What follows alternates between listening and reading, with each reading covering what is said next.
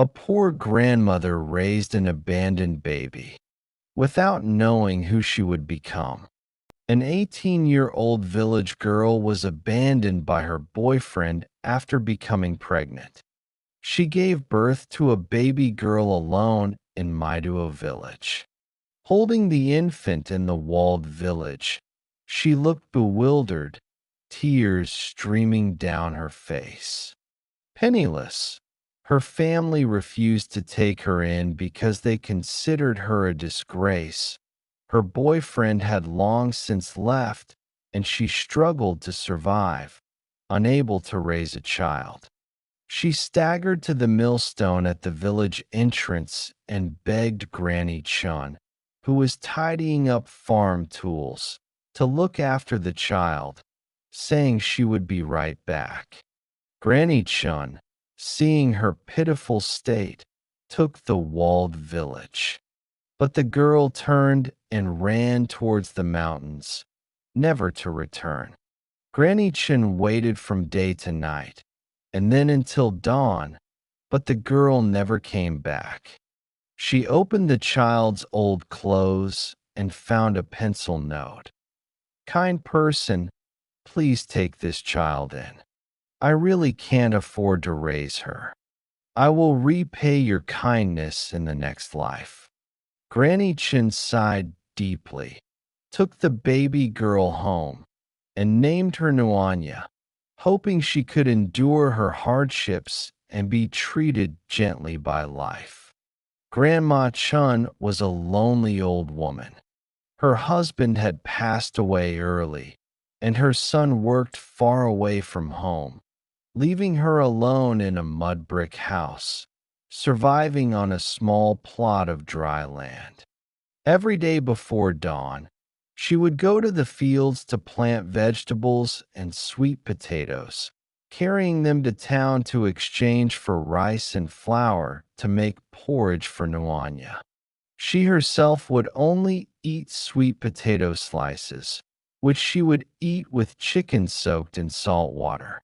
When Nuanya was 4 years old, Grandma Chun tripped over a pebble while watering the vegetables, breaking her leg and becoming bedridden. The family's food supplies quickly dwindled.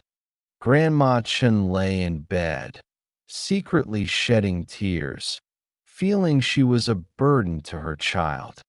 Little Nuanya saw this and, carrying a small bowl, went from house to house borrowing food. The villagers were kind-hearted, giving her millet from one house and a small steamed bun from another. Nuanya fed all the food to her grandmother, going hungry herself without a word. When Nuanya was 7, she reached school age. Grandma Chin searched the entire village but could only scrape together 4 yuan and 20 cents, not even enough for tuition. Nuanya didn't cry or make a fuss. Every day she squatted under the classroom window listening to the lessons, practicing writing on the ground with a twig. The teacher, seeing her intelligence and understanding, waived her tuition and gave her an old school bag and pencils. Nuanya studied exceptionally hard, her textbooks worn out, her homework neat and beautiful. She ranked first in 4 exams, and her certificates covered the mud walls, becoming Grandma Chin's greatest hope. When Nuanya was 10, Grandma Chin developed severe rheumatism due to years of hard work. On rainy days, she couldn't get out of bed, and even drinking water was difficult. The doctor said she needed long-term medication, but the medical expenses were unattainable for the family. Worried that Nuanya would be left unattended after her death, Granny Chin asked a distant relative to find her niece-in-law, Sister Wong, and begged her to take Nuanya in. Sister Wong, kind-hearted, immediately agreed. However, her husband, Zhao Erju, was short-tempered and stingy. They already had a 6-year-old son and were struggling financially. After seeing Nuanya so often, he would smash bowls and curse, calling him an unwanted burden. Nuanya never talked back. He would get up before dawn to sweep the yard, feed the chickens, fetch water, and cook. After school, he would finish all the chores before doing his homework by moonlight. Yet, Zhao Erju still made things difficult for him at every turn. Nuanya became. Nuanya excelled academically and was selected to participate in the county's math competition. The registration fee was 8 yuan, and he timidly asked Zhao Erju for help, only to have Zhao Erju trample his workbook and forbid him from participating. Nuanya silently picked up his books and went up the mountain that night to pick wild chrysanthemums, which he then sold in town to raise the money. He eventually won third prize, but had to hide the certificate, afraid to bring it home. After graduating from junior high, Nuanya ranked second in the entire township and was admitted to the county's top high school. However, the annual tuition of over 2,000 yuan made Zhao Erju firmly oppose it, forcing him to work and earn money. Wang Sa was powerless to help and could only secretly wipe away her tears. Nuanya looked at Grandma Chun on the hospital bed and voluntarily gave up his studies. "Grandma, I'll go work to pay for your treatment." He kowtowed 3 times to Grandma Chun with tears in his eyes, carried an old cloth bag, and walked into the assembly line of the electronics factory in the county town. The work was tedious and heavy.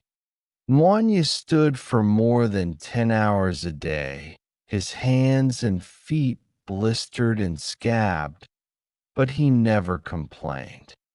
Every month, he sent home every penny of his salary to buy medicine, keeping only enough for food for himself. At night, when his co-workers were asleep, he would study high school courses by the light of the corridor lamp, determined to earn enough money to take care of his family. Grandma went to a large hospital for treatment. After working for 3 months, the boss's wife, Su Qin, noticed Nuanya, a hard-working and efficient worker, while inspecting the workshop. One day, he accidentally saw an old photo under Nuanya's pillow, a photo of himself when he was young. After some questioning, Su Qin broke down in tears. Nuanya turned out to be his biological daughter, whom he had abandoned years ago. Over the years, he had made a fortune in business and had been searching for her out of guilt. He never imagined his daughter would be suffering in his factory. He hugged Nuanya, weeping and repenting, promising to take her home and make amends. Nuanya was filled with complex emotions. Nuanya followed Su Qin home. The house was spacious, and the food and clothing were exquisite. However, Su Qin's husband, Boss Zheng, was cold and distant towards her. Their youngest daughter was spoiled and willful, constantly bullying and ostracizing Nuanya, tearing up his textbook, and stealing his things. Su Qin outwardly showed affection, but always favored her own daughter, leaving all the good dishes for her younger sister at mealtimes and only giving Nwanya vegetables. Nwanya knew in her heart that she was always an outsider in this family. Nwanya often returned to the village to visit Granny Chun. She saw that the villagers' vegetables and free-range chickens were rotting in the fields because of poor sales. Despite his heartache, he secretly used his internet skills, honed from working in an electronics factory, to help villagers sell their mountain produce, slowly building up his customer base and capital, hoping to bring his grandmother home and give her a better life as soon as possible. One day, while tidying up, Nuanya unexpectedly discovered Su Chin's old diary. The truth struck him like a thunderbolt. The boyfriend who abandoned Su Chin years ago was none other than Boss Zheng's younger brother. Su Chin, from a rural background, had vehemently opposed their relationship, and her brother had cruelly left her. Boss Zheng, to cover up his family's shame, had married Su Chin and had strictly forbidden her from searching for their child, fearing Nuanya's return.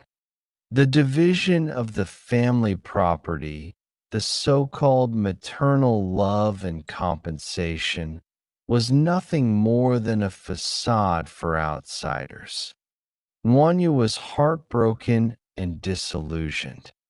Without crying or blaming, she silently packed her bags and left a note for Su Chin. "Mom, thank you for saving my life. I originally came from the mountains and am going back to the village to live a peaceful life with Grandma." Back in the village, Nwanya focused on running an e-commerce business selling agricultural products. He filmed videos of the villagers' vegetables, free-range chickens, and mountain produce. With honesty and integrity, his business flourished. With his first earnings, he used the money to treat Grandma Chen's rheumatism and build a bright brick house. He also led the whole village to do e-commerce, selling mountain producto all over the country and enabling the villagers to live a better life. Nuanya often says that it was his grandmother's nurturing grace that made him keep his true self and never bow his head, no matter how hard it was. One cannot choose one's bird.